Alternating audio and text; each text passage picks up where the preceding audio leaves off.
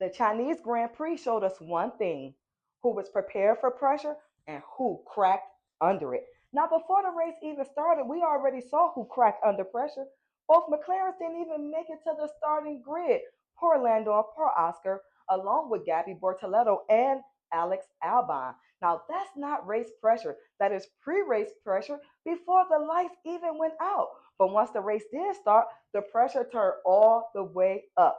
The lights went out and Lewis Hamilton came out aggressive, immediately attacking and overtaking Kimi Antonelli for the race lead. But Kimi didn't panic. He stayed composed, he stayed locked in, and by lap 3, he takes the lead right back. Listen, this race was so action packed that right there set the tone for the whole race. Now, this wasn't just a race, this was a mindset battle. For the first 12 laps, the top drivers, Kimi Antonelli, Lewis Hamilton, George Russell, and Charles Leclerc, were all locked in. They were all focused and all operating under immense pressure. Now, by lap 13, chaos hits.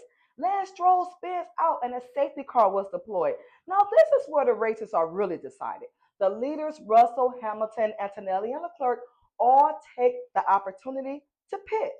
No panic, no mistakes, just calm, strategic execution. Now, coming out of the safety car, things got a little crazy. The pressure started to rise again. Then we get more movement through the field, and by lap 29, this is where the race actually shifts. George Russell fights back and takes third. Leclerc follows through, and now Lewis drops all the way to fourth place. Now, that's the moment right there. That's where drivers either crack under pressure or they stay prepared for pressure. In this instance, Lewis stayed composed. And Lewis, he stayed ready, no frustration, no overdriving, just patience. Then we get into that battle, Lewis and Leclerc for the third podium spot. You guys, this was such clean racing. It was so epic and it was so clean. Now, Leclerc started applying pressure. He forces the issue, but Lewis stayed calm. He manages his energy, he waits, and when a moment came, Lewis takes the third position right back to score P3 on the podium. That's veteran pressure control. Now, meanwhile, up front, Kimi Antonelli never lost himself in the moment. With the pressure at an all-time high, he did not fold. He stayed composed. He stayed focused and drove his Mercedes all the way to the finish line.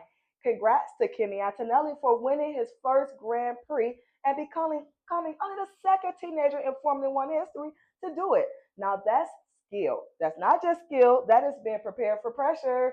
Max Verstappen was the other teenager to ever win a Grand Prix. Now, let's not overlook the quiet performance that Alpine, Pierre Gasly, and Franco Colapinto, I can never say Franco name, Colapinto both finished in top 10, giving their team double points.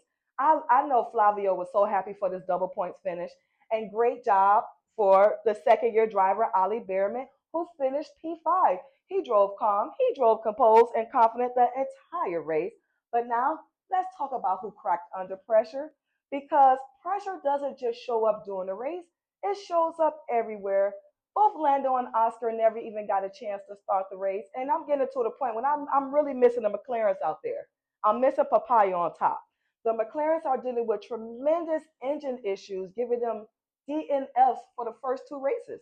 Now, not for Lando, but for Oscar. Lando got one this race. And Bortoletto and Albon also finished with a DNF. Lance Stroll got a DNF. And on lap 46, Max Verstappen was forced to retire the car, giving Max a DNF. That's a tough start to the finish and all the pressure building over at Red Bull. I know Max is not happy, and I pray that Max finds his happiness because it's always fun watching racing when Max is happy. So when it's all said and done, it was very nice to see Kimi Antonelli win his first race and Lewis to get his first podium with Ferrari. I pray that with the next race in Japan, we'll be able to see Lando Norris and Oscar Piastri Ashley's race on the grid. Until next weekend, I'll see you guys, and I love you guys.